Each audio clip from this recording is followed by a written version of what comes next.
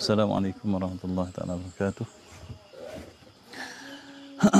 Alhamdulillahilladzi arsala rasulahu bil huda wa dinil haqq liyuzhirahu 'ala dini kullihi wa kafa billahi shahida. Dah. Dia jadi mana?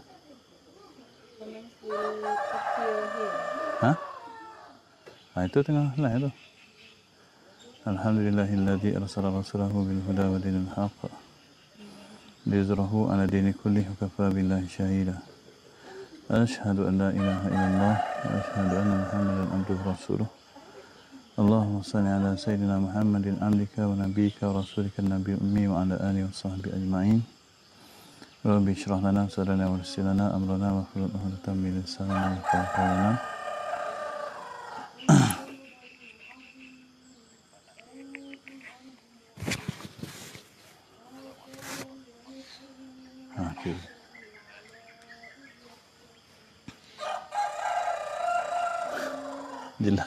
Jelas nampak.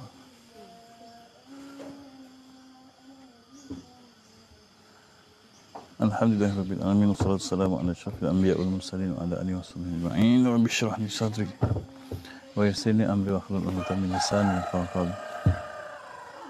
Alhamdulillah, syukur kepada Allah Subhanahu wa taala, pagi ni kita dapat bertemu lagi dalam kuliah mingguan, kuliah harian kita. Apa tu? Cuba turunkan sikit bawah. Pusing ke bawah. Dan insyaAllah hari ini kita akan sambung kita punya pengajian pada muka surat yang ke-69.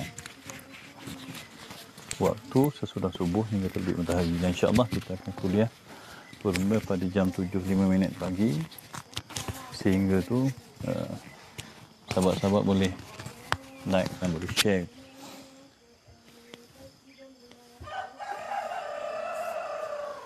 Boleh share dan boleh like dan boleh share untuk mendapatkan jumlah viewer yang tinggi. Waalaikumsalam warahmatullahi. Di kampung pula ke? Malam kebetulannya peraturan baru PKPB. Jadi bila PKPB ni adik-adik beradik ajak balik kampung untuk meraihkan ibu. Jadi pagi ni ada di kampung. InsyaAllah lepas kuliah ni akan kembali semula ke pondok. Baik, bagi yang baru masuk, Nur Azihan, Muhammad Asri, Nur Azman, Wan Faizah, Muhammad Amirul, Johar Hamid, Kalimah Kasim, Terata Usang. Waalaikumsalam warahmatullahi wabarakatuh pada semua.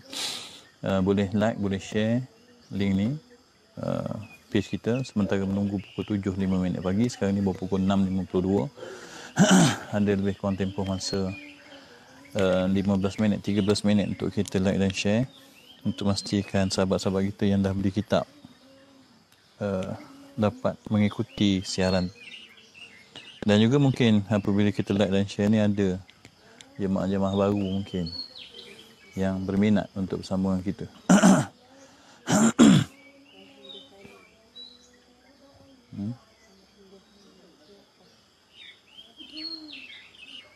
Muhammad Iqbal, Ayahanda Halil, Waalaikumsalam warahmatullahi wabarakatuh, dari Singapura Ayahanda.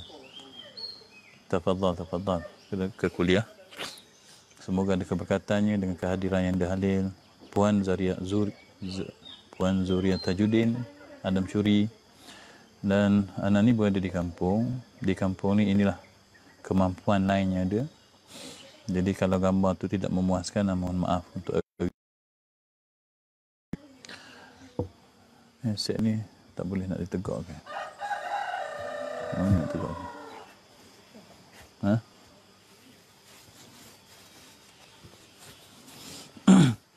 Baik, sahabat rahmati Allah Subhanahu Wa Taala. Kita ni sedang berada dalam tajuk jadual yang ditetapkan oleh Imam Ghazali rahimahullah taala. Dan kita ni berada pada tempoh selepas waktu subuh sesuai sekarang ni. Jadi jadual yang kita nak baca ni adalah jadual berkenaan dengan tempoh selepas habis wirid subuh apa nak buat. Dan jadual tu akan berkekalan sampai tidur lah. Tetapi untuk hari ni insya-Allah rasanya sempat sampai solat duha rasanya insya-Allah. jadualnya sampai solat duha. Waalaikumsalam warahmatullahi wabarakatuh. Salahuddin Muhammad Rukani. Waalaikumsalam Puan Khatijah Muhammad Taib. Alhamdulillah dapat tu serta Wan Syukri. Waalaikumsalam warahmatullahi. Nur Suhailah Muhammad Saleh. Waalaikumsalam warahmatullahi.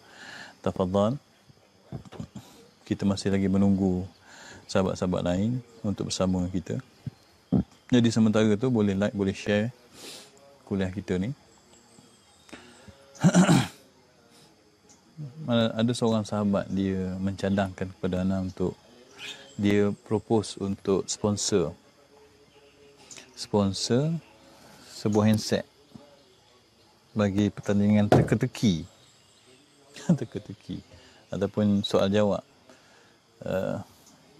dalam kuliah live ni, dan dia nak sponsor hadiahnya handset. Tetapi dia bagi syaratnya kalau Ustaz dapat 1000 viewer. Jadi kita ni sangat jauh daripada 1000 viewer. Serta Wan Syukri. Jadi belum dapat lagi lah. Janji handset tu belum dapat lagi. Tapi ala kuliah, cubalah untuk kita share, untuk kita like. Dia orang yang melihat ni berdasarkan kepada dia bertemu atau tidak dengan link ni. Jadi nak pastikan dia bertemu dengan link ni, kita kena sentiasa untuk sebarkan link, like dan sebarkan. Dan bagi Waalaikumsalam warahmatullahi Cikgu Mahmud daripada Jerantut. Waalaikumsalam Cikgu Jun dan semua. Cikgu. Waalaikumsalam warahmatullahi. Haji Hussein daripada Kuala Karain, alhamdulillah bersama kita. Jadi untuk sahabat-sahabat yang baru bersama kita ni pengajian berkitab. Kitabnya Hidayatus Salikin, kitab tasawuf. Pengajian ni bermula 2 hari sebelum puasa ataupun 3 hari sebelum puasa. Hari ni dah 16 puasa, 2 hari sebelum puasa. 16 puasa, 17, 18. Ini kuliah yang ke-18 dan kita pada muka surat yang ke-69. Jadi sahabat-sahabat yang nak beli kitab masih sempat lagi, sebab banyak lagi tajuk-tajuk yang kita akan cover. Cuma Nani tak jual kitab. Kitab tu kena order dekat Lazada, dekat Shopee. Yang melihat page Seri Tafiz Al-Bana, dia boleh tengok gambar kitab. Ada satu iklan berkenaan kuliah ni. Sahabat-sahabat boleh download iklan tu, boleh sebarkan kepada orang lain. Dan boleh tengok gambar kitab tu di posting tersebut. Waalaikumsalam warahmatullahi Pak Su Abdul Halim Syazwana Rozman. Waalaikumsalam warahmatullahi. Syazwan Rozman. Orang yang sama. Din. Waalaikumsalam warahmatullahi. Syekh, salam Syekh. Panjang Syekh ni. Ustaz Din ni dia berada di pondok Pondok Paya Jauh, Ustaz Din. Dan lama mengaji di sana, masya-Allah orang alim. Moga-moga dengan keberkatan Ustaz Din, dia letak nama Din, dia tukang parang sembelihan tu dia yang buat. Jadi semoga dengan kehadiran Ustaz Din dalam ni ada keberkatannya dalam majlis begini. InsyaAllah mohon share, silakan Syazwana Rozman boleh share, silakan. Alhamdulillah Puan Ruzaidah bersama pagi ni, cantik view. View ni adalah view sebelum ni. Cuma sebelum ni duduk atas. Tak, hari ni duduk atas kereta Ford. Nak cuba dapatkan kedudukan yang agak tinggi untuk dapat line. Waalaikumsalam warahmatullahi. Nasran Halim, moga sihat adanya, alhamdulillah masih lagi sihat. Kamul Arifin, alhamdulillah ia masih berada di bukan masih berada di kampung, memang berada di kampung pada pagi ni. Sarah Halim, waalaikumsalam warahmatullahi. Mazlan Khalid, waalaikumsalam warahmatullahi. Mi Sarah Zana Ismail, waalaikumsalam warahmatullahi. Noah Yanti Muhammad Taib, waalaikumsalam warahmatullahi. Syamsuddin, waalaikumsalam Syamsuddin, dah beberapa hari bersama kita, alhamdulillah. Semoga Allah Taala mempermudah keurusan. Kita masih menunggu jam 7.05. Kita masih ada lagi 6 minit untuk mulakan kuliah. Alhamdulillah daripada surah Ikhlas sama Mawa bersama kita juga pada pagi ini. IR masih belum sama kita daripada surah Lake Vista. Apa Lake Vista ke nama dia? Dekat Puchong. Waalaikumsalam Asmi Rahimi. Puan Nur Hashima, adik kepada Kak Nur. Alhamdulillah dapat bersama lagi. Alhamdulillah, syukur pada Allah. Khairul Hafiz, Waalaikumsalam warahmatullahi wabarakatuh. Mukhtar, Waalaikumsalam warahmatullahi wabarakatuh. Semoga yang bersama kita pada pagi ini beroleh keberkatan daripada Allah Subhanahu Wa Taala. Baik, tuan-tuan dan mati Allah, kita berada di separuh yang kedua Ramadan. Malam tadi dah mula dah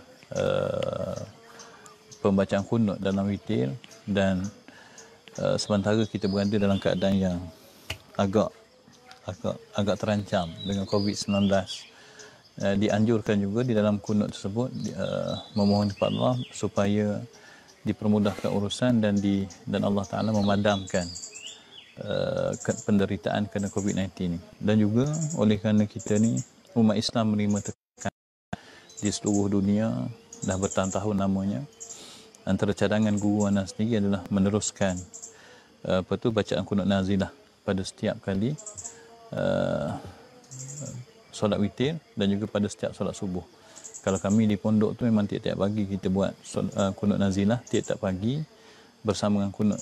Selama bertahun-tahun kita buat perkara yang sama kerana masalah yang menimpa umat Islam pada kali ini, pada zaman ini adalah masalah yang tidak berkesudahan. Di Malaysia, di luar Malaysia, di Indonesia, kalau tengok di Turki, di Burma, di Thailand, di Kashmir, di Uyghur, di Mesir, di Tunisia, di Yaman, berlaku masalah-masalah fitnah-fitnah kepada umat Islam. Maka dianjurkan untuk kita sentiasa melakukan qunut nazilah ketika witir solat subuh, ketika solat subuh dan juga witir lah untuk bulan puasa ni witir. Main ni Zaki outdoor lagi, outdoor lagi di atas fort Tuan Syam.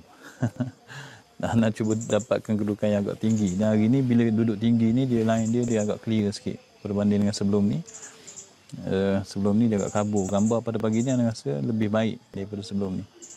Waalaikumsalam Rosila Mukhtar. Rosila Mukhtar ni dia punya gambar FB adalah pakaian nurse. Mungkin salah seorang pekerja frontliner. Kita doakan kepada Allah moga-moga dipermudahkan urusan beliau. Abdul Fattah Daud, wassalamualaikum warahmatullahi. Muhammad Saimi Majid, Waalaikumsalam warahmatullahi. Da Flyers, Fauzia Khalid, Muhammad Amirul Arif, Waalaikumsalam warahmatullahi. Nada tak sempat untuk menjawab salam-salam sahabat-sahabat. Siapa yang memberi salam dalam ni, didoakan juga seperti yang disalamkan. Semoga bertemu dengan Lailatul Qadar dan semoga wabak penyakit COVID sedia diangkat oleh Allah. Moga-moga begitulah. Puan Zabidah Muhammad Ahmad Matih. Jadi sahabat yang baru masuk boleh share, boleh like dan boleh share page ni, posting ni, link ni, untuk kita cuba dapatkan viewer yang lebih ramai. Kita ada sekarang ni 157 viewer, dan insya-Allah kita cuba dapatkan viewer yang lebih ramai. Waalaikumsalam Puan Faridah Adibah, isteri kepada seorang pegawai polis di Jengka. Semoga sihat, semoga suami pun sihat. Comel dah gambar tu. Comel lah. Dia belum keluar matahari ni. Kalau keluar matahari sekejap lagi, taih muka, kata orang Pahang.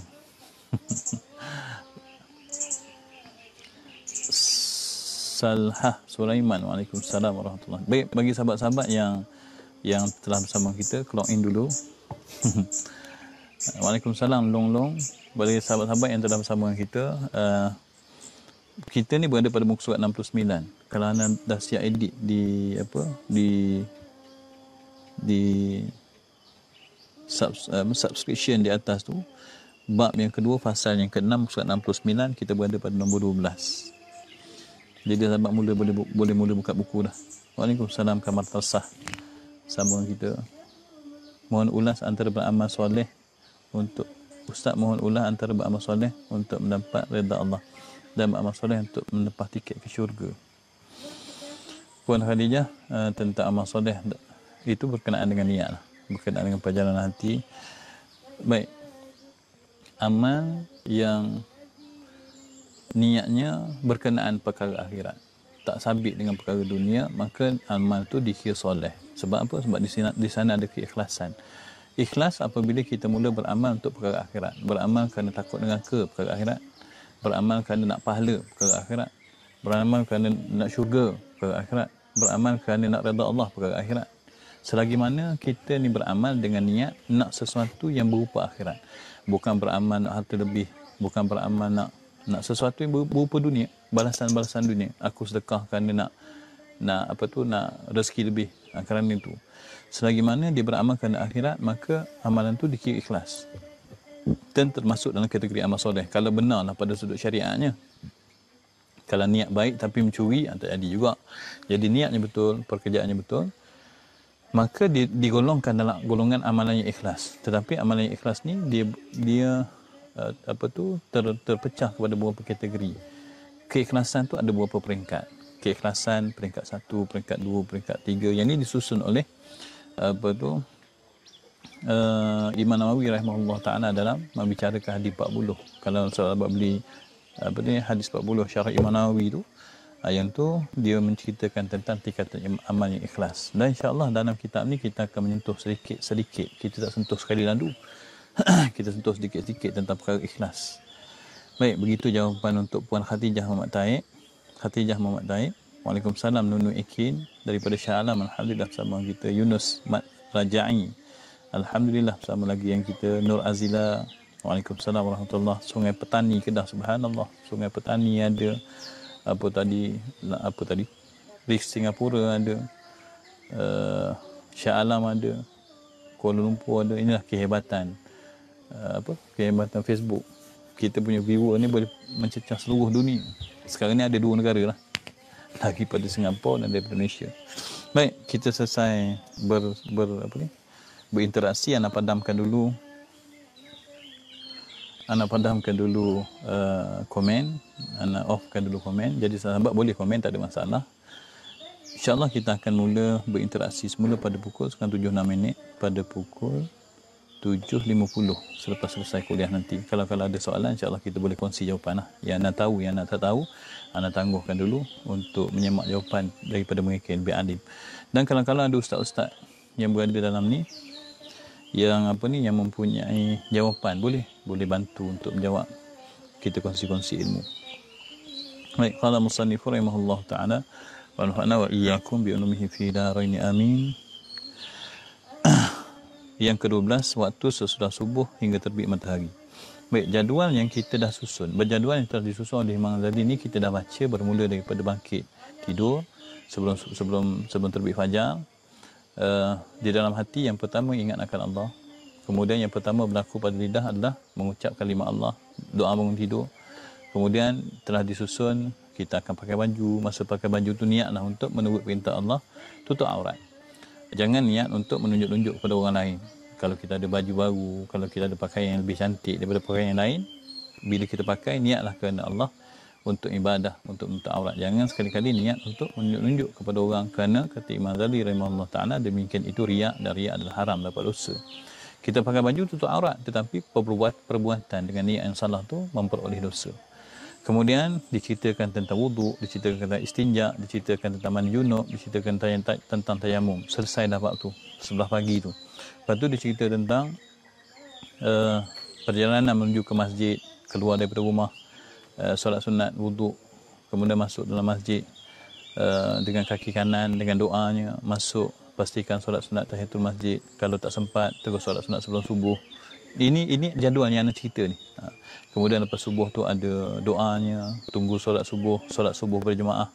Lepas solat subuh berjemaah, semalam kita baca tentang wirid. Wirid yang kita baca semalam adalah wirid yang disusun. Ada 2 jenis wirid. Satu wirid yang dianjurkan oleh Imam Ghazali rahimahullah ta'ala. Satu lagi jenis wirid adalah wirid yang dianjurkan oleh Syekh Ahmad Al-Qashashi dalam kitab Umdatul Muhtajin. Wirid dalam kitab Umdatul Muhtajin tu adalah wirid yang sama dengan wirid yang kita baca selepas setiap kali sembahyang. Jadi alhamdulillah kita beramal dengan wirid yang mempunyai sandaran. Habis je wirid tu, apa nak buat sekarang? Dah habis wirid tu, lebih kurang kalau kita wirid tu dengan wirid yang agak panjang, sekarang ni subuh masuk pukul 5.48, azan jadi 5.53 mungkin. Kemudian solat sunat sebelum subuh 5 minit, 5.58. Jadi 10 minit selepas tu kita mula solat subuh. Solat subuh mungkin makan masa 6 minit hingga 7 minit. Habislah pukul 6.05 minit pagi. 6.05 minit pagi kita pun wiridnya dengan zikirnya sampai dengan doa. Doa semalam kita sebut doa jawami' wa kawamil. sampailah pukul 6.05 minit, tambah lagi 20 minit, 6.25. Daripada 6.25 ni, jadual ni bermula daripada 6.25 sampailah terbit matahari. Waktu sesudah subuh hingga terbit matahari, itu jadual dia. Dia nak cerita sekarang ni jadual apa nak buat lepas daripada subuh, habis wirid, habis zikir, habis doa, sampai terbit matahari, apa nak buat. Bermula daripada jadual yang ni, ada di antara kita yang tak mampu nak ikut sebab kita ada komitmen sebelah pagi, ada anak nak sekolah, kita terpaksa pergi kerja dan sebagainya. Jadi kita boleh perbaiki dan kita boleh menyesuaikan jadual ni dengan kehidupan kita. Tapi bagi mereka yang mempunyai masa, maka boleh melakukan apa yang dicadangkan oleh guru kita ni. Jangan sampai kita kalau ya sebahagian, mungkin sebahagian, mungkin berlaku depan mata kita. Habis je solat subuh, habis je wirid, habis je zikir, habis je doa, keluar pergi ngeteh sampai pukul 8 pagi. Mazi waktu. Perbuatan mengetih ni sama ada cari masa lain ataupun mengetih ni bukanlah sesuatu yang wajib, tapi dia jadi kewajipan bagi sebahagian orang. Maka kita perlu buang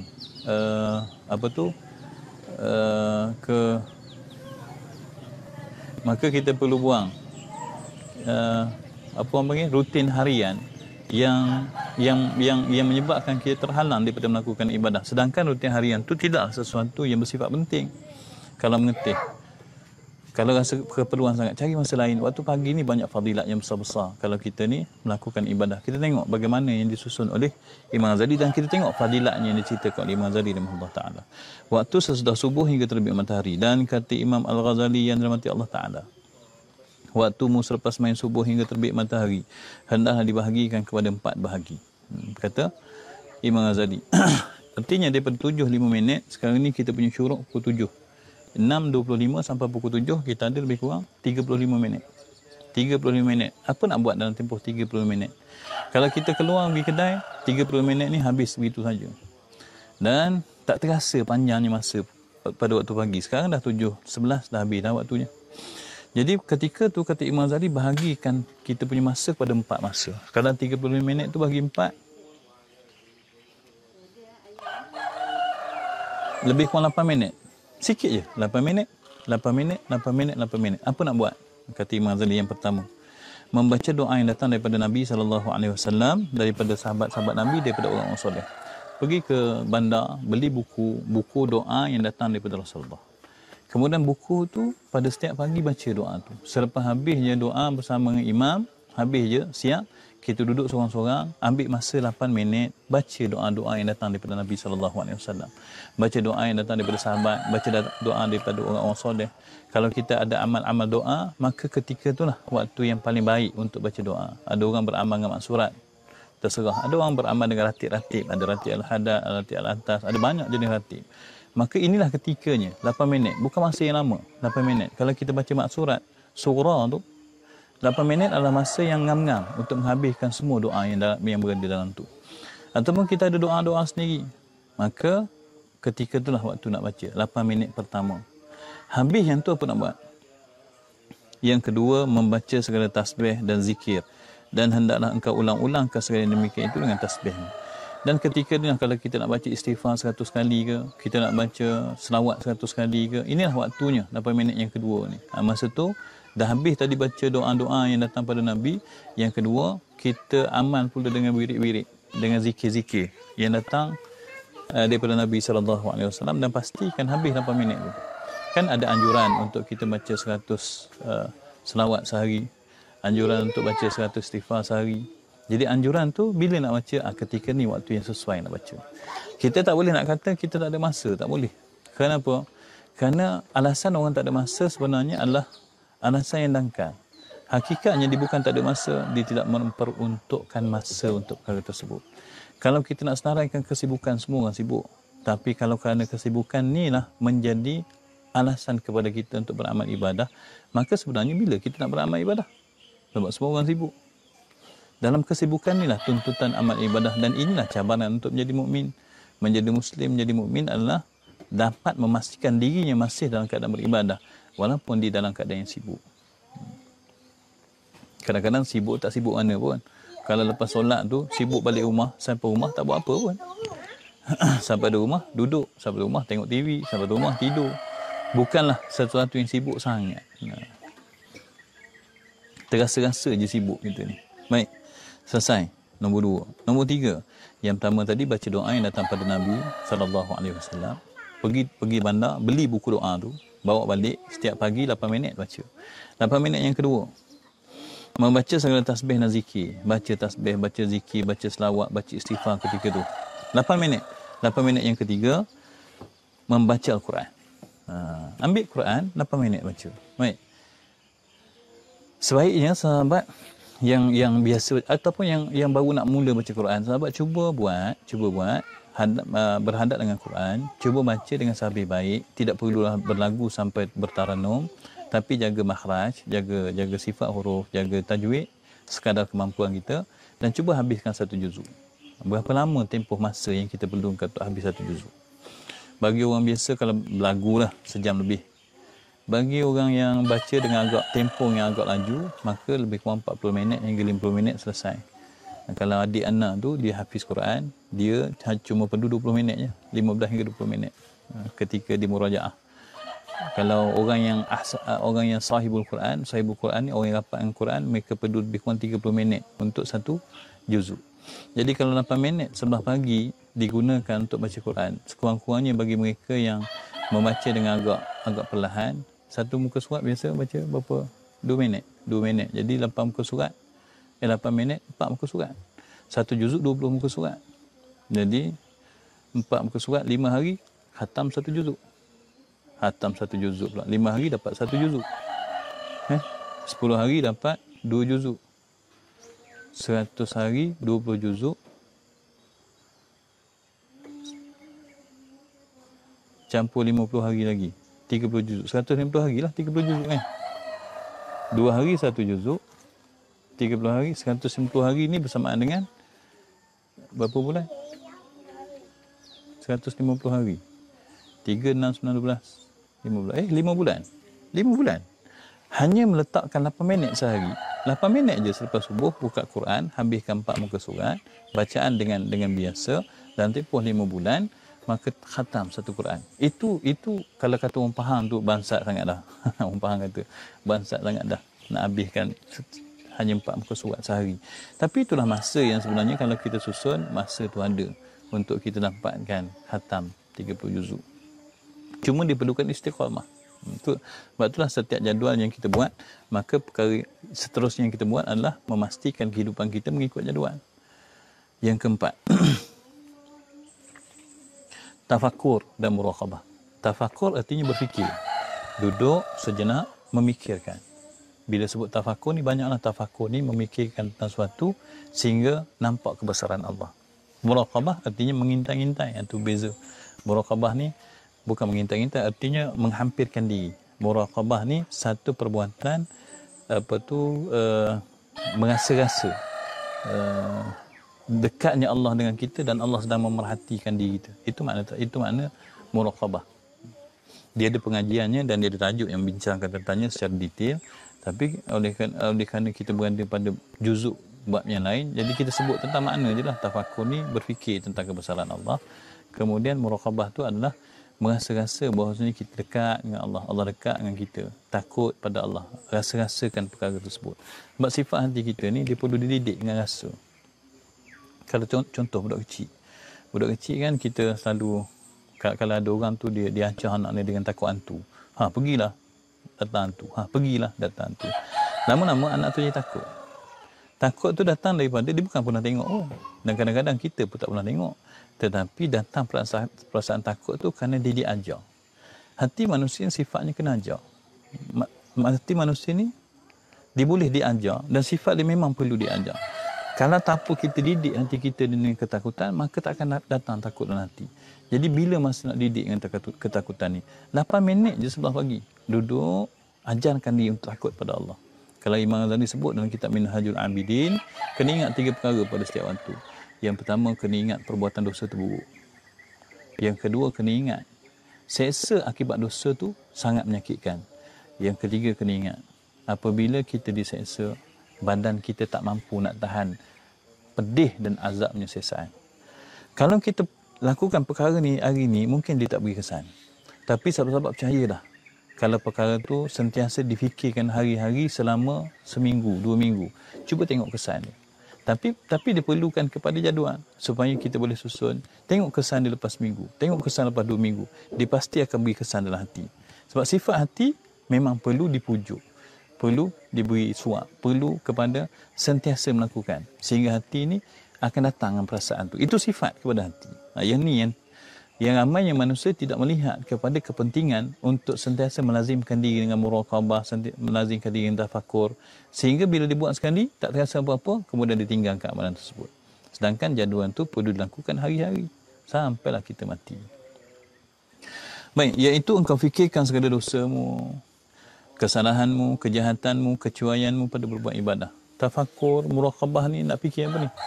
Duduk fikir tentang, ya Allah, aku ni dah 10 tahun semayang tapi tak khusyuk lagi. Aku ni sedekah banyak tapi terasa keriak masa sedekah. Banyaknya salah orang. Kalau orang tengok kita pakai serban lah, orang tengok kita pakai jubah lah, tetapi kita sendiri tahu akhlak kita dengan orang macam mana. Buruknya akhlak aku ni.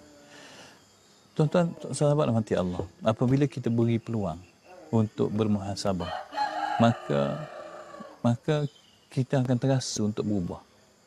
Apabila kita beri peluang untuk diri kita melihat kesalahan diri secara natural, secara natural,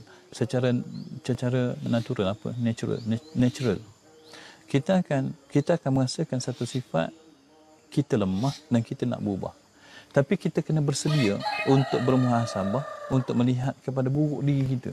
Dan kita perlu lihat seolah-olahnya macam kita tengok orang lain. Sebab kalau kita tengok orang lain, cepat sungguh kita boleh detect dia punya kesalahan, dia punya aib. Tetapi malangnya kita dengan diri kita ni sangat susah nak detect aib sendiri. Kita perlu masa untuk bahasanya mengkoreksi diri, membetulkan diri memerlukan step yang pertama, itu muhasabah diri. Tengok dosa sendiri. Ya Allah, ya Tuhanku, semalam kenapalah aku cakap garang dengan isteri, contoh. Ya Allah, ya Tuhanku, semalam kenapalah aku marah anak tu umur baru 3 tahun. Kenapa aku tak boleh nak kawal perasaan aku semalam? Ya Allah, Tuhanku, kenapa aku tak bangun tahajud semalam? Sepatutnya semalam aku boleh habis 1 juzuk Quran, kenapalah aku tak baca 1 juzuk? Padahal masa ada tapi aku pergi duduk atas buai. Itu contoh mengkoreksi, melihat kepada kesalahan pada setiap masa. Sebenarnya pada setiap masa ada je perkara yang perlu diperbaiki, tapi oleh kerana kita tak belajar untuk melihat pada perkara tersebut, maka perkara itu akan berlalu habis satu hari demi satu hari, sedar tak sedar dah bertahun kita dalam keadaan yang sama. Bertahun, sahabat-sahabat, bertahun. Kadang-kadang ada orang duk kata, aku ni nak mula dah solat duha, duk fikir tak buat. Sedar tak sedar habis 1 tahun masih tak buat lagi. Masih dalam keadaan berfikir. Perkara ni perlukan kepada koreksi, perlukan kepada muhasabah, perlukan kepada muraqabah, perlukan kepada tafakur. Duduk tengok dosa sendiri. Duduk tengok salah sendiri. Duduk tengok kejahatan sendiri. Duduk tengok kecuaian dan kelalaian sendiri. Cukuplah kita memandang kepada kejahatan dan kelalaian orang lain. Setinggi mana pun ukuran kita kepada manusia, bagaimanapun kita menghukum manusia, hukuman tersebut tidak ada kesan di sisi Allah. Bagaimanapun kita baca, kita memahami, kita tahu tentang aib manusia, dia tidak memberi kesan di sisi Allah. Sebab apa? Sebab yang akan diukur, yang akan ditanya oleh Allah adalah diri kita. Wala taziru waziratu wizra ukhra.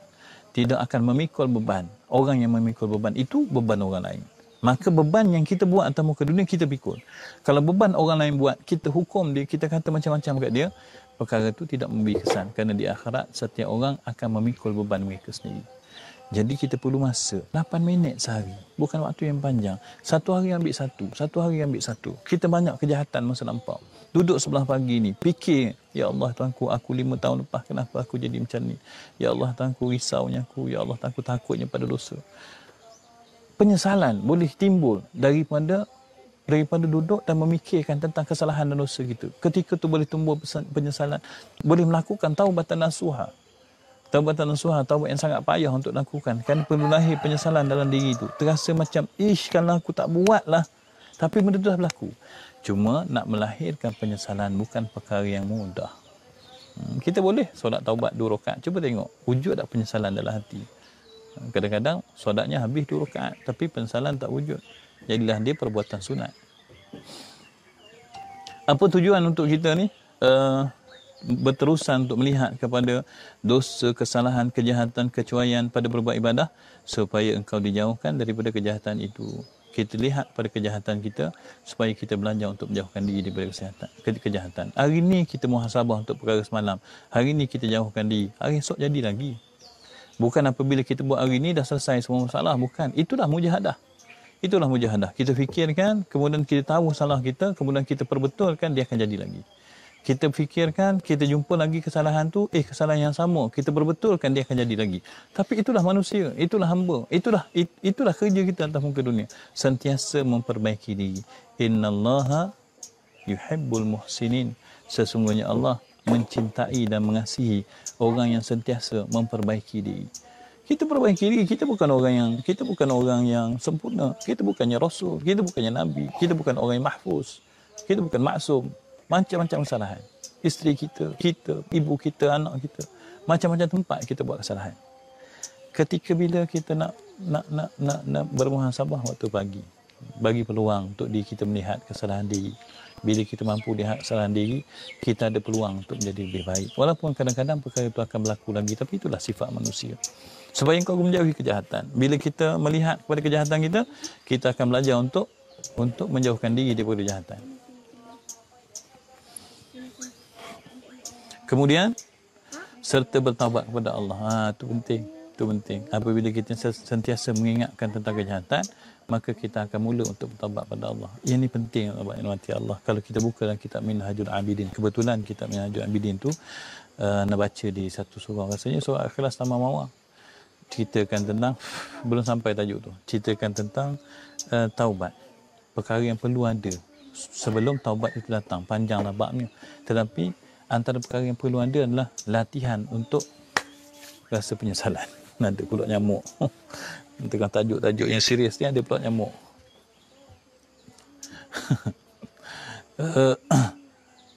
Cerita tentang bagaimana nak lahirkan penyesalan. Kata Imam Ghazali rahimahullah ta'ala, nak bertaubat mudah. Tapi sebelum taubat nak lahirkan penyesalan. Nak lahirkan penyesalan ini sukar. Kerana kadang-kadang apabila kita melakukan satu kejahatan kepada orang, akibat dia buat jahat pada kita, kita nak balas ni. Bila kita balas, rasa kadang-kadang sepatutnya puas hati. Tiba-tiba datang rasa menyesal. Sepatutnya, betul lah, dia buat jahat kita, maka kita balas puas hati kita. Tapi datang rasa menyesal. Kadang-kadang apabila kita buat sesuatu yang tak patut, tak datang pula rasa menyesal. Kenapa? Penyesalan ni bukan bawah kawalan kita. Penyesalan ni rezeki daripada Allah. Maka oleh kerana dia berbentuk rezeki, seperti mana hidayah, penyesalan juga memerlukan kepada usaha dan ikhtiar. Antaranya adalah berterusan, mengkoreksi diri, bermuhasabah. 8 minit pada sebelah pagi itu adalah masa yang cukup sesuai untuk melihat segala kesalahan kita. Kita bukan orang baik, sahabat-sahabat. Kita bukan orang yang sempurna, kita bukan orang yang maksum, kita bukan orang yang telah pun mempunyai keredaan Allah. Bukan, kita hanya manusia biasa yang cukup banyak salah.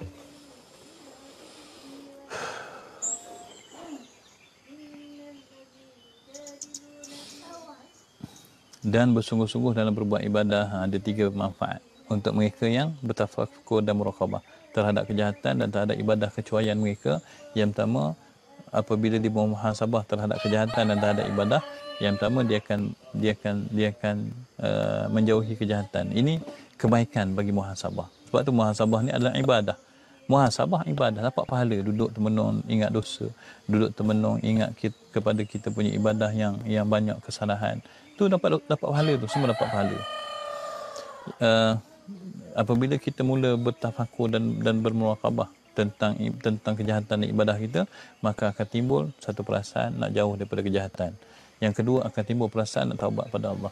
Yang ketiga, akan timbul keinginan untuk lebih bersungguh-sungguh dalam ibadah. Sebab 3 perkara ni jarang ditemui di tempat lain. Terasa nak jauhkan diri daripada kejahatan. Tak boleh aku ni buat jahat. Itu perasaan tu hidayah. Datang daripada mana? Antara usahanya adalah melakukan muhasabah. Terasa nak bertaubat. Ini perasaan ni mahal ni. Ramai orang yang bukan saja tak nak bertaubat, bahkan berbangga-bangga dengan kejahatan yang mereka lakukan. Kalau tengok dunia Twitter zaman ni, remaja-remaja yang berumur belasan tahun dengan bahasa-bahasa, dengan topik-topik yang kita, subhanallah, seolah-olah kita Kita ni bukanlah umat yang terpilih oleh Allah Subhanahu Wa Taala. Kuntum khairu ummatin ukhrijat linnas. Kamu ni sebaik-baik umat yang diturunkan di kalangan manusia. Dengan akhlak yang ada pada remaja-remaja sekarang, dengan akhlak yang ada pada kita ni, tak nampaklah kita adalah umat pilihan. Terlalu teruk. Subhanallah. Masya Allah. Moga-moga Allah Ta'ala bantu kita. Baik. Yang ketiga, dapat kesungguhan dalam ibadah. Orang yang bermuhasabah. Selesai. Itu tafakur yang keempat. 8 minit je. 8 minit untuk baca doa yang datang daripada Nabi. 8 minit untuk baca zikir-zikir. 8 minit untuk baca Quran. 8 minit untuk tafakur dan muraqabah. 4 perkara ni habisnya 32 minit. Jadi kita daripada azan subuh selesai dah sampai terbit matahari. Terbit matahari ni sampai bila ni? Kalau kita duduk tepi laut tempat matahari terbit tu, ini garisan laut. Garisan laut tu bila kita tengok matahari mula-mula nampak cahaya. Kemudian apabila matahari tu keluar, dia akan nampak kepala matahari tu, cerah tu. Itu nama dia terbit matahari. Jadi amalan tadi sampai terbit matahari. Baik. Yang ke-13, banyak berfikir untuk akhirat. Ini latihan. Dan fikirkanlah sesuatu yang membawa kepada penyiksaan Allah yang sangat menyakitkan dan kemurkaan yang sangat besar. Dan belajar untuk berfikir kepada seksa yang sangat menyakitkan dan kemurkaan Allah yang sangat besar. Yang ini kita kena belajar untuk berfikir. Memang sifat manusia ni, sesuatu yang sentiasa difikirkan, dia akan jadi penting dalam kehidupan. Kalau contohnya, macam kita menghayati lagu. Macam kalau kita muda-muda tu tengah cinta ke, tengah putus cinta ke, bila kita dengar lagu tu, feeling orang kata. Feeling dengan lagu tu kadang-kadang menitih mata. Kadang-kadang datang kegembiraan. Kalau benda-benda baik tu, benda gembira tu datang kegembiraan. Senyum seorang-seorang. Dah jadi gila dah. Senyum depan kaset. Kadang-kadang datangnya menangis seorang-seorang. Perasaan tu datang daripada mana? Menghayati. Perkara dunia ni, bila dihayati, maka dia akan datangkan perasaan begitu. Perkara akhirat juga perlu dihayati. Bila Nabi cerita tentang neraka tu, penghayatan tentang neraka tersebut. Bila Nabi kata neraka ni dalam, Nabi kata neraka ni dalam. Satu hari Nabi duduk dengan sahabat-sahabat sallallahu alaihi wasallam. Kemudian tiba-tiba ada bunyi batu jatuh. Bum, bunyi yang kuat. Jadi sahabat-sahabat terperanjat. Sahabat tanya kepada Rasulullah, "Ya Rasulullah, bunyi apa tu?" Kata Nabi sallallahu alaihi wasallam, "Itu bunyi batu yang malaikat campak daripada atas api neraka 70 tahun yang lepas. 70 tahun baru sampai ke dasar." Cuba kita hayati perkataan Nabi yang nak menggambarkan betapa neraka tu sangat dalam. Batu yang besar dicampakkan oleh malaikat. Jatuhnya mengambil masa 70 tahun baru nak sampai dasar. Cuba bayangkan kalau yang jatuh tu kita duduk dasar api neraka. Perkara tu perlu penghayatan. Perkara akhirat perlu penghayatan. Takut pada Allah perlu penghayatan. Takut dengan titian sirat perlu penghayatan. Takut pada azab kubur perlu penghayatan. Jadi, fikirkanlah sesuatu yang membawa kepada penyiksaan Allah. Hayatilah penyiksaan-penyiksaan. Hayatilah ancaman-ancaman Allah tentang penyiksaan. Pergi kedai, beli buku hadis. Hadis tentang azab neraka, beli. Tu ada ulama keluarkan buku hadis, malam pertama dalam kubur. Tu beli tu buku, baca tu dan baca dan hayati. Jangan sekadar nak hayati novel cinta, novel tebal ni daripada lantai tu sampai tebal ni. Novel tak benda baca. Kita pun pening kepala tengok. Cuba tengok dunia kita menghayati percintaan, menghayati cinta anak muda, menghayati Allahu Akbar, pening kepala. Tetapi benda tu berjanji nak sesuatu yang bila kita hayati maka kita akan semakin mendalami. Begitu juga dengan perkara penyiksaan Allah. Belajar menghayati penyiksaan Allah. Ketika itu akan datang perasaan takut. Belajar menghayati perkara kemurkaan Allah. Bagaimana besarnya kemurkaan Allah.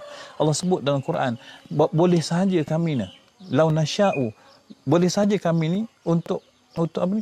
Untuk mengangkat kepingan langit ni dan menghantamkan langit itu pada kami. Boleh saja Allah Taala ambil kepingan langit ni, runtuhkan, jatuh atas kita. Boleh. Cuba bayangkan, cuba hayati apa yang Allah Taala cuba sampaikan.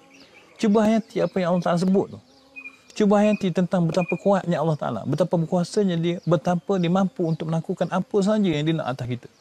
Perkara itu perlukan penghayatan.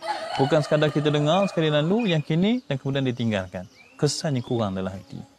Sebab itulah Islam diturunkan untuk hati manusia. Untuk hati manusia, kerana manusia ini ada hatilah manusia layak mengemban tugas sebagai hamba Allah, sebagai khalifah Allah. Kerana mereka ada hati yang boleh menghayati, boleh memahami, boleh merasai, boleh mengkoreksi, boleh mengkaji, boleh meneliti. Itu sifat kepada hati. Supaya engkau terpelihara daripadanya. Bila kita kita mula menghayati perkara ni, maka dia akan datang sifat untuk menjaga diri, memelihara daripada kerosakan-kerosakan tersebut. Dan engkau kasatkan berbuat kebajikan kepada sekalian orang Muslim. Dan engkau kasatkan berbuat kebajikan kepada sekalian orang Muslimin.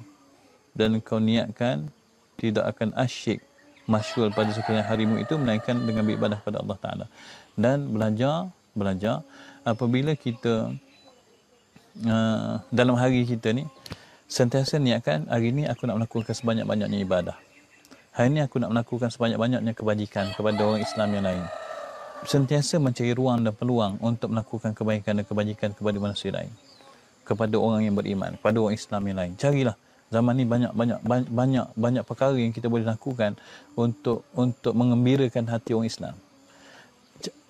Tolong niat dalam hati kita untuk sentiasa memberi kebaikan kepada orang Islam yang lain. Jangan adalah tersimpan dalam hati kita ni, hari ni aku nak balas dendam ke orang ni. Hari ni aku nak menyakitkan orang ni. Semalam dia buat aku begini, hari ni aku nak balas. Sebab buanglah. Hidup kita terlalu pendek untuk menyibukkan diri dengan perkara kejahatan.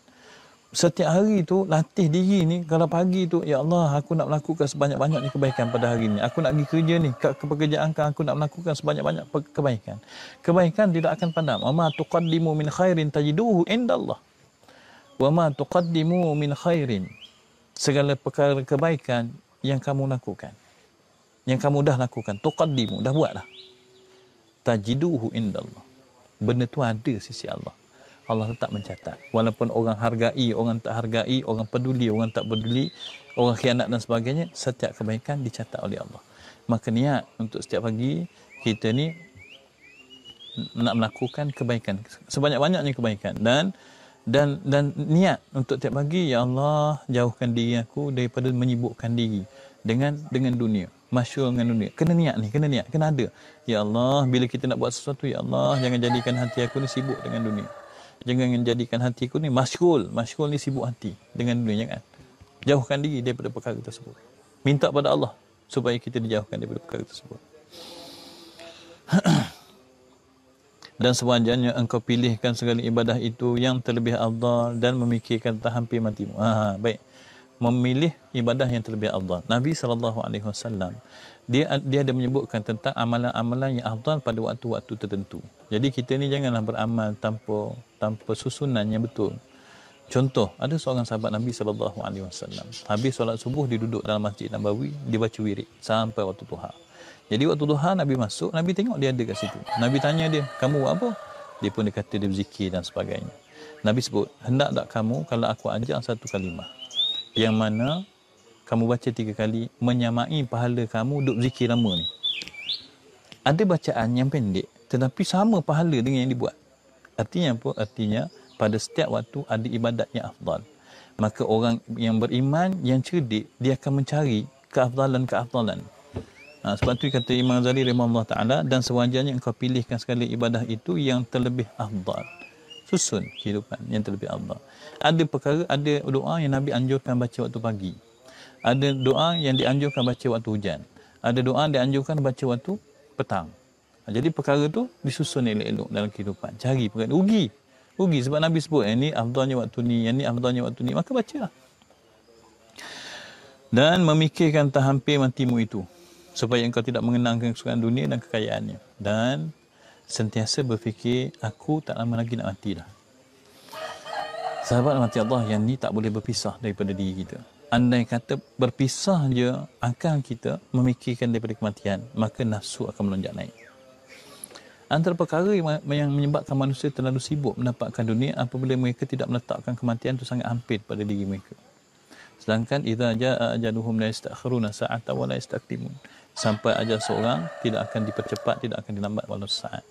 Satu perkara yang nak dimuhasabah bersama kita bersama. Kita fikirkan tentang betapa kita meyakini bahawasanya Allah Ta'ala akan tarik nyawa pada bila-bila masa. Kan? Semua bersetuju. Allah tarik pada bila-bila masa. Artinya kita tak boleh nak menjamin nyawa kita. Kuliah ni akan habis insya-Allah dalam tempoh 10 minit, 20 minit lagi. 10 minit. 10 minit ni adalah waktu yang panjang untuk kita menjamin nyawa kita sendiri. Siapa yang yakin 7.50 habis kuliah ni, pukul 8 habis kuliah ni dihidup lagi? Angkat tangan. Angkat tangan pula dah. Nak angkat tangan macam mana? Fikir. Siapa yang yakin pukul 8 pagi ni dihidup lagi? Siapa yakin? Anak tak yakin. Kita cuma ada 20 minit. 20 minit ni kita tak boleh jamin nyawa kita. Kalau tak boleh dalam tempoh 20 minit, 10 minit lagi, 7.50, sekarang ni 7.40. Siapa yakin dia boleh hidup pukul 7.50? 10 minit je lagi. Tak lama. Tak berani kita nak mengaku kita yakin. Kerana kita tahu ajal sampai bila-bila masa. Siapa yang yakin untuk tempoh dia ni, dia yakin 5 minit lagi dia hidup. Hatta kalau orang tanya pun siapa yakin dia boleh hidup dalam tempoh 10 minit je lagi. Yakin dia rasa dia boleh hidup lagi. Kita tak boleh nak mengakui. Kerana kita faham ajal milik Allah. Soalnya kita tak fikir tentang betapa dekatnya kematian dengan kita sehingga kan persediaan untuk menghadapi kematian sangat kurang. Bukan kematian tu tak dekat, kematian semakin mendekat. Hari semalam dengan hari ni tempoh kita dengan kematian semakin dekat. Sebelum puasa dan dalam puasa, tempoh kita dalam kematian semakin dekat. Ni COVID-19 ni. Dalam tempoh COVID-19, kita doa kepada Allah, ya Allah cepatlah nak jalani hidup seperti biasa, nak pergi kerja, dah jemu duduk di rumah. Kita membayangkan seolah-olah kita boleh lepas daripada COVID-19 dalam keadaan kita ni masih hidup. Sedangkan kita punya tarikh kematian telah ditentukan oleh Allah. Yang kita lupa adalah boleh jadi kita mati bila-bila masa akibat COVID-19. Bukan akibat COVID-19. Tak kira. Tapi kematian boleh jumpa kita pada bila-bila masa. Persediaan menghadapinya kurang. Kenapa? Kerana bukan kita tak tahu bagaimana nak bersedia untuk mati. Yang kita tak jangka adalah kematian akan datang dalam tempoh waktu yang singkat. Sebab itulah kata Imam Ghazali rahimahullah ta'ala, dianjurkan kepada kita sentiasa ingat kepada kematian. Aku ni akan mati. Aku ni akan mati. Ada seorang wali Allah. Dia ni berkahwin dengan seorang perempuan. Dan pada setiap pagi sebelum dia pergi kerja, dia akan pesan pada isteri dia. Dia kata, aku ni, kalau aku mati pada hari ni, kain kapan aku di sini. Tukang mandi mayat di sini. Orang yang menguruskan jenazah di sini. Tolong panggil mereka, tolong susun begini-begini. Dia susun. Dia beritahu kat isteri dia. Sehinggalah pada satu hari, ada seorang sahabat isteri datang ke rumah, berbual dengan isteri. Ketika tu suami kedua pergi kerja. Suami berpesan benda yang sama. Kalau aku mati pada hari ni, ni kain kapannya, ini orang, ini. Sehingga kawan isteri ni terkejut. Kenapa suami nak meninggal hari ni? Isteri kata bukan. Dia bukan meninggal hari ni, tetapi perbuatan yang dibuat tu telah berkekalan selama 20 tahun. Artinya pada lelaki ni, pada setiap hari dia mengingati kematian dia. Kalau arwah Ustaz Ismail Khamus dia kata, ingat kematian ni biar 70 kali sehari. 70 kali sehari. Kerana malaikat melihat kita ni 70 kali sehari. Allahu Akbar. Bila kita mengingati mati, maka perasaan untuk menginginkan dunia tu berkurangan. Kita teruskan. Zikir dan tasbih 10 kalimah. Dan hendaklah kau jadikan segala zikir dan tasbihmu itu 10 kalimah. La ilaha illallah, dan bacalah la ilaha illallah wa la syarika lahu lahul mulku wa lahul hamdu yuhyi wa yumiit wa huwa hayyun la yamut bi yadihil khair wa huwa ala kulli syai'in qadir. Bacaan yang kedua, la ilaha illallah al-malikul haqqul mubin. Yang ketiga, la ilaha illallahul wahidul qahhar rabbus samawati wal ardi wa ma bainahumul azizul ghaffar. Yang keempat, subhanallah wa bihamdihi, subhanallah walhamdulillah wa la ilaha illallah allahu akbar, la haula wa la quwwata illa billahil aliyil azim. Yang kelima, subuhun qudusun rabbul malaikat war ruh. Yang keenam, subhanallah wa bihamdihi, subhanallahil azim. Yang ketujuh, astaghfirullahal azim alladzi la ilaha illa huwal hayyul qayyum wa as'aluhu at-taubata wal maghfirah. Yang kedelapan, Allahumma la mani'a a'taita wa la mu'tiya lima mana'ta wa wala yanfa'u dzal jad minkal jad. Yang ke-9, Allahumma salli ala Muhammad wa ala ali Muhammad wa sahbihi wasallim. Dan yang ke-10, bismillahilladzi la yadurru ma asmi syai'un fil ard wa la fis sama'i wa huwas samiul alim. Ini antara zikir yang dianjur baca. Jadi yang 8 minit duk baca zikir tadi, kalau memang kita belum beramal zikir, boleh amal zikir ni, baca 10 zikir ni. Setiap satu daripada 9 zikir ada 10 zikir. Setiap satu zikir tu, tasbih dan doa tersebut adalah diulang-ulang 100 kali. 100 kali, 10 ni 1000 kali. Bila nak habis, tak mampu, banyak sangat, maka ulang 70 kali. 70 kali 10, 700 kali. Tak mampu, bacalah 10 kali. 10 kali, 100 kali banyak juga tu. Tak mampu, baca sekali. Tak mampu juga. Subhanallah, nak jadi apa kita? Asal zikir tak mampu, tapi asal dunia semua mampu. Jadi kena muhasabah di situlah. Jangan berkata hingga terbit matahari. Ni yang nak kata masuk masjid waktu subuh, diam, jangan bercakap, kerana di sana ada pahala yang besar bagi mereka yang berdiam diri tetapi memenuhkan dengan ibadah pada waktu pagi ni. Engkau hendaklah melazimi segala wirid-wirid ini. Melazimi artinya sentiasa memestikan, mewajibkan diri. Melazimi, mewajibkan diri. Satu kemestian bagi diri kita untuk berzikir dengan zikir-zikir ni. Jangan bercakap. Jangan berkata-kata sebelum terbit matahari. Sebelum keluar matahari tu, pukul 7.05, jangan bercakap. Bermula masuk masjid pagi tu, sampailah keluar tu matahari, jangan bercakap. Kerana tersebut dalam hadis Nabi SAW, bahawa yang demikian itu maksudnya orang yang tak bercakap waktu subuh sampai terbit matahari, tapi penuh dengan ibadah, yakni mengucapkan zikir yang tersebut selepas sembahyang subuh hingga terbit matahari, sedangkan ia tiada berkata-kata, adalah terlebih afdal daripada memerdekakan 8 hamba sahaya daripada anak Nabi Allah Ismail AS. Ini hadis Nabi ni. Hadis Nabi disebut tentang mereka yang menjaga wirid zikir ni lepas subuh sampai terbit matahari tanpa berkata-kata, berterusan dengan zikir tersebut dalam tempoh 35 minit lagi. 35 minit tadi tak bercakap apa-apa, pahalanya sama seperti memerdekakan hamba, yang hamba tu daripada kalangan anak Nabi Ismail AS. Baik, hadis tentang memerdekakan hamba. Pada zaman awal-awal Islam masih lagi lemah. Jadi sahabat-sahabat Nabi yang mengikut Nabi ni masuk Islam ni kebanyakannya hamba. Hanya sedikit yang terdiri daripada golongan orang kaya. Maka hamba-hamba ni diazab, disakitkan. Mereka ni diugut untuk suruh keluar daripada agama Islam. Jadi antara kerja besar sahabat-sahabat Nabi adalah membebaskan mereka. Bayar duit, bebaskan tawanan. Beli hamba, bebaskan. Dan itu pahala besar. Sebab sahabat-sahabat Nabi yang dalam kalangan hamba ni diseksa. Jadi bagaimana nak melepaskan dia daripada seksaan? Sahabat yang kaya beli. Jadi beli orang untuk dimerdekakan itu pahala besar. Andai kata Nabi nak sebutkan tentang satu amal yang pahalanya besar, maka Nabi akan bandingkan dengan membebaskan hamba ni. Dan Nabi sebutkan dalam hadis ni, bukan saja membebaskan hamba, bahkan kalau hamba tu adalah anak Nabi Ismail AS, bukan seorang, besarnya pahala duduk lepas subuh sampai terbit matahari ni, besarnya pahala dia, seolah-olah ia terlebih afdal daripada memerdekakan hamba, dan hamba tu adalah daripada kalangan anak Nabi Ismail AS. Dan hamba tu bukan seorang, tapi sehingga 8 orang hamba. Nak sebut besarnya pahala mereka yang duduk tanpa berkata-kata sehingga waktu terbit matahari. Jadi ajar diri untuk tidak berkata-kata dalam tempoh tersebut. InsyaAllah hari esok kita akan sambung fasa yang ke-7, adab yang dikerjakan selepas matahari terbit hingga gelincir matahari. Ni kita akan baca tentang isyraq, tentang duha, yang soalannya memang ada di kalangan sahabat-sahabat kita yang tanya. InsyaAllah nanti kita akan sentuh tentang perkara tersebut. Wallahu ta'ala a'lam. Sedang mencari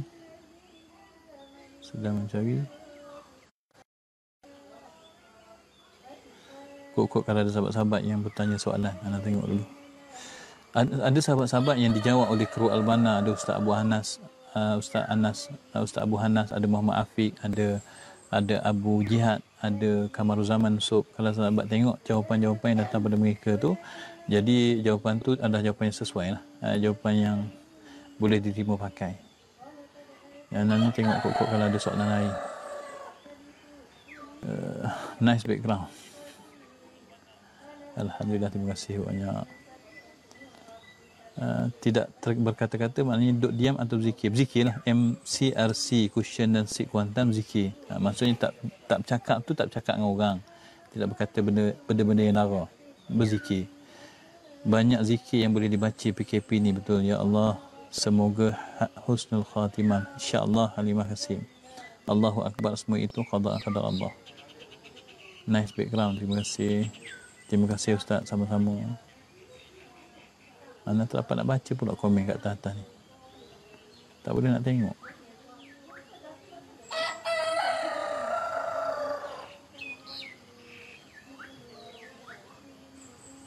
Jadi mohon maaf lah kalau sahabat ada tanya soalan kat atas. Ana boleh baca daripada MCRC question seat ni saja.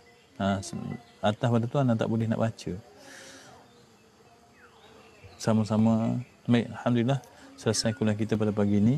Peringatan pada sahabat-sahabat, mohon bantuan untuk share, untuk like link kuliah kita ni, kerana yang pertama kita kuliah berkitab, yang kedua kuliah kita berlaku pada setiap pagi. Jadi antara sifat ahli penuntut ilmu ni sifat-sifat lah. Memang ini secara menyeluruh saja, tidak ditujukan pada mana pihak. Sifatnya dia hangat-hangat, kemudian dia sejuk. Bila ada pengajian kitab tu, mula-mula dia semangat. Masuk 3-4 tajuk, dia pun tutup buku, dia pun tak datang kuliah. Perkara itu adalah itu ujian bagi orang menuntut ilmu. Jadi kita ajar diri kita untuk istiqamah menuntut ilmu. Wirid lepas subuh ni boleh tak kita baca dalam kenderaan? Boleh. Muhammad Soleh boleh. Sangat digalakkan. Boleh baca dalam perjalanan ke tempat kerja. Tak ada masalah. Sama-sama Tuan Johor Hamid, sama-sama Kamilah Masud. Ini adalah ibu mertua kepada adik anak ni, Puan Kamilah Masud. Alhamdulillah, sama-sama Nur Amira Syahira. Alhamdulillah Jamiah Adnan, sama-sama Nur Azman Omar, sama-sama. Dia je ustaz tu, Ustaz X, Ustaz. Sama-sama Rosila Mukhtar, Muhammad Azam, alhamdulillah, sama-sama. Jazakallah khairan jaza Muhammad Amirul Arif, Farina Kristina Kamal. Terima kasih Ustaz untuk pencerahan. Sama-sama Donglong, sama-sama. Alhamdulillah pun Kak Imah daripada Kuala Kerau. Terima kasih Ustaz, sama-sama. Bidadari Impian tu, isteri Ana tu bidadari Impian. Banyak ilmu itu oleh hari ini. Alhamdulillah Puan Manisa Ainun Nur, alhamdulillah Haji Hussein, alhamdulillah sama-sama MCRC Cushion. Zulkifli Adnan, alhamdulillah bersama kita. Mohon maaf Tuan Zulkifli tadi tak sempat nak tengok komen lah. Sama-sama semua. Yamani, Puan Yamani Zali, ini Puan Wan Faizah, Yunus Mat Jerai, Jazakallah khairan jaza Nur Suhailah, sama-sama. Mazanah Masuri, Afwan. Terima kasih Cikgu Jun, insya-Allah kita bertemu lagi semoga insya-Allah. Mustaqim Razi, terima kasih, sama-sama. Ada jodoh besok jumpa lagi insya-Allah. Ada jodoh besok insya-Allah jumpa lagi insya-Allah. Cik dah share Ustaz Chris Group and Muslimat yang ke-22. Alhamdulillah, terima kasih Makcik Zainab. Dah macam mak sendiri dah Cik Zainab ni, Cik Nak. Ustaz Mahat ni di mana lokasinya? Lokasi Haigi Stone. Lokasinya di Jengka 11. InsyaAllah mohon pada Muhammad Afiq untuk tolong bagi alamat kepada Haigi Stone ni dalam tu. Muhammad Afiq bagi ditanya di mana kuliah kita ni.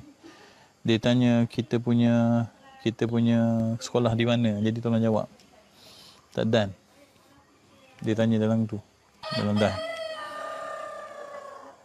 Waalaikumsalam An-Nazruddin Al-Jafri, sama-sama. Aldino Al-Islam, macam mana cara terbaik untuk muhasabah diri sendiri dan orang lain? Muhasabah bukan untuk orang lain. Muhasabah untuk diri sendiri. Cara terbaik muhasabah kena duduk dalam suasana yang sunyi. Dia memberi kesan. Sebab tu muhasabah ni sama ada tengah malam ataupun sebelum subuh. Duduk ataupun sebelah subuh. Duduk belajar untuk lihat salah sendiri. Duduk belajar. Ya Allah, hari ni aku tak nak tengok salah orang. Hari ni aku nak tengok salah sendiri. Dan cuba hayati satu persatu babak-babak kehidupan semalam kemarin. Jangan bersifat bias. Jangan dalam keadaan kita duduk tengok salah sendiri, kita cuba untuk menyalahkan orang lain. Yang itu tak betul. Ketika kita muhasabah, Aldino Al-Islam, maka duduk, ya Allah hari ni aku nak tengok salah diri aku je. Salah orang lain aku tak nak tengok. Doa pada Allah. Kemudian tengok satu-satu babak kehidupan kita. Itu cara yang baik. Ustaz kelas ni hari-hari ke Ayahanda Halil? Ya, Ayahanda Halil kelas hari-hari. Bermula daripada 2 hari sebelum puasa hari tu, ni dah 16 puasa, kita dah ada 18 kelas. Dan 18 kelas ni kita dah buat dia punya playlist dalam page Seri Taufik Al-Banna. Dan insya-Allah kelas ni akan berterusan sehingga raya ni kita akan buat hari-hari, kecuali kalau ada waktu-waktu yang terpaksa cancelkan, insya-Allah anda akan beritahu dulu. Dan kalau sampai raya ni buku ni masih tak habis lagi, kita akan buat jadual untuk memastikan kuliah buku ni selesai daripada A to Z, insya-Allah. Doakan kemudahan. Itu jawapan untuk Ayahanda Halil. Baru perasan stage meja kuliah. Ini atas kereta Ford ni. Anda cuba dapatkan tempat yang tinggi sebab apa tu, sebab nak dapat lain. Sini lain agak sukar. View semakin meningkat. Alhamdulillah, terima kasih Tuan Nasran Halim. Ustaz boleh tak nombor telefon Ustaz? Nanti apa tu sahabat-sahabat akan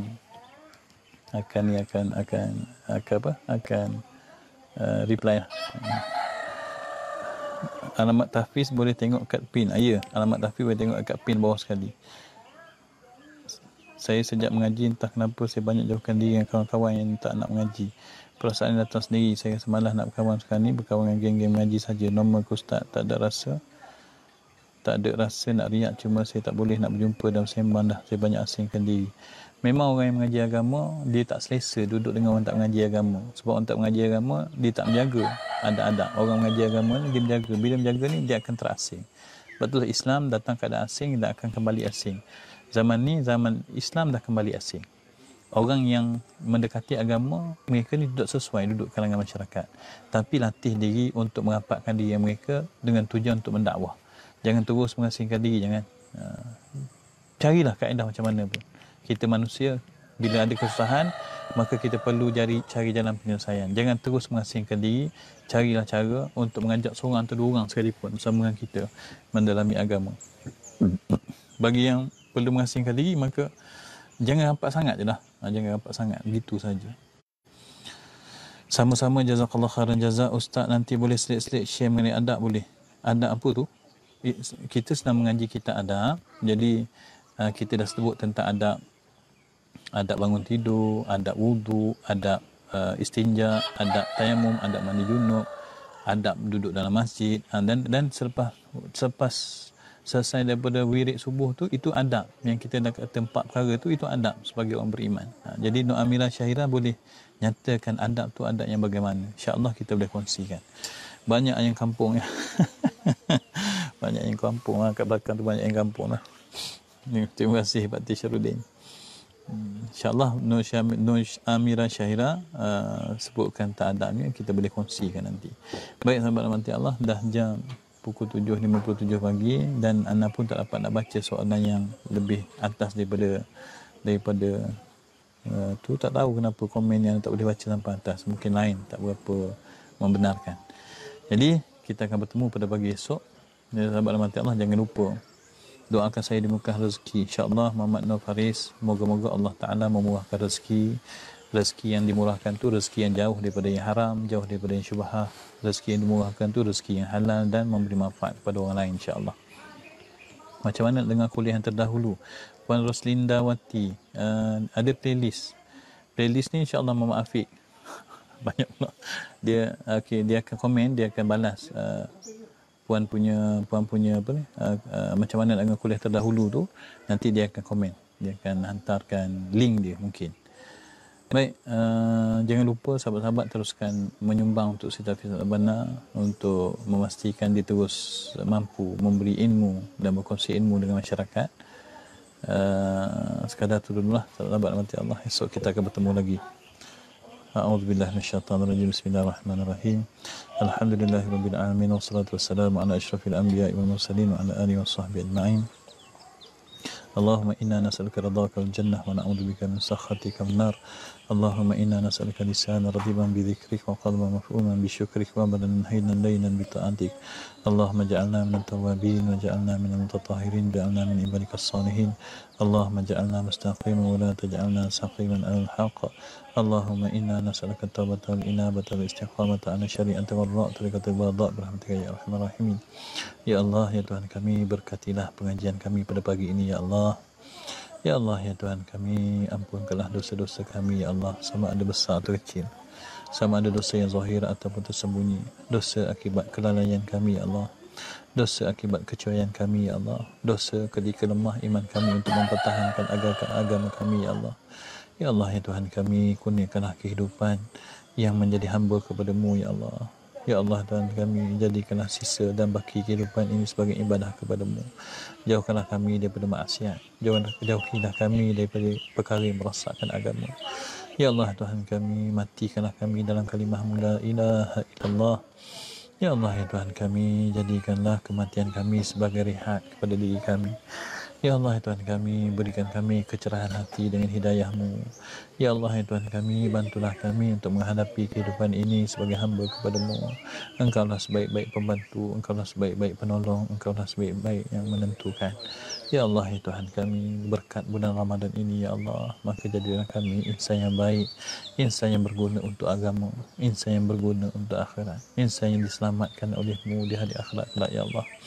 Ya Allah, ya Tuhan kami, makbulkanlah segala doa-doa kami. Subhana rabbika rabbil izzati amma yasifun wa salamun alal mursalin walhamdulillahi rabbil alamin. Asyhadu an la ilaha illallah wa asyhadu anna Muhammadan abduhu wa rasuluh. Baik sahabat-sahabat, insya-Allah kita bertemu semula pada pagi esok. Wallahu taala alam. Assalamualaikum warahmatullahi taala wabarakatuh.